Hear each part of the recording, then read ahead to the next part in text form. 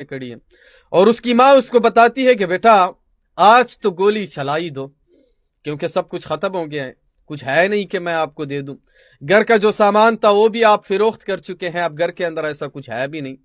आप ऐसा करो, गोली चला दो, हम सबको मार दो। इस दौरान उसका ये नशई बेटा मोहम्मद इसहाक दीन तबिश में आकर गोली चला लेता है, और इस दौरान उसकी गोली उसके माँ के सीने पे लग जाती है। वो वहां से निकल जाता है और उसकी माँ को हॉस्पिटल मुंतकिल किया जाता है। उसकी माँ की सांस चल ही रही थी कि हॉस्पिटल के अंदर पुलिस पहुंच जाती है। पुलिस जाहिर सी बात है उनसे पर्चा लिखते हैं। जब हॉस्पिटल में आप पड़े होते हैं, पुलिस आते हैं तो फिर आपसे जुबानी लिख लेते हैं।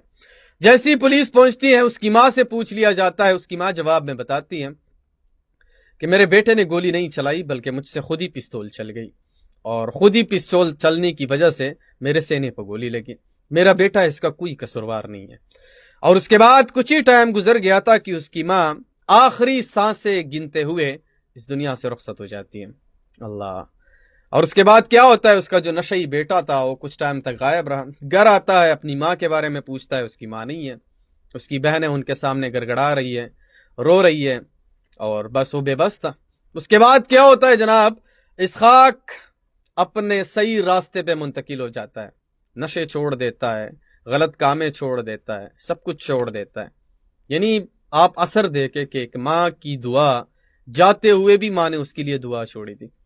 क्या दुआ छोड़ी थी? जब पुलिस उनसे पर्चा काट रहा था, माँ ने कहा कि नहीं, मेरे बेटे ने मुझे गोली नहीं मारी, बल्कि ये मेरे हाथों से गोली चली है। और आखिरी दुआ उसने अपने बेटे के लिए क्या छोड़ी कि अल्लाह, मैं अपने बेटे से जुदा होकर जा रही हूँ, बस फिर भी मेरे बेटे को रास्ते पे कर दे। और उसके जाने के बाद उसका बेटा खुद ब खुद रास्ते पर आ गया। उसने नशे छोड़ दिए, गलत कामें छोड़ दिए, और उसकी बहनों का कहना है कि किसी दोस्त ने उससे कर्ज लिया 2 लाख रुपए, और वो हमें घर में दे दिए उसने, और उसके बाद ये घर से निकल गया।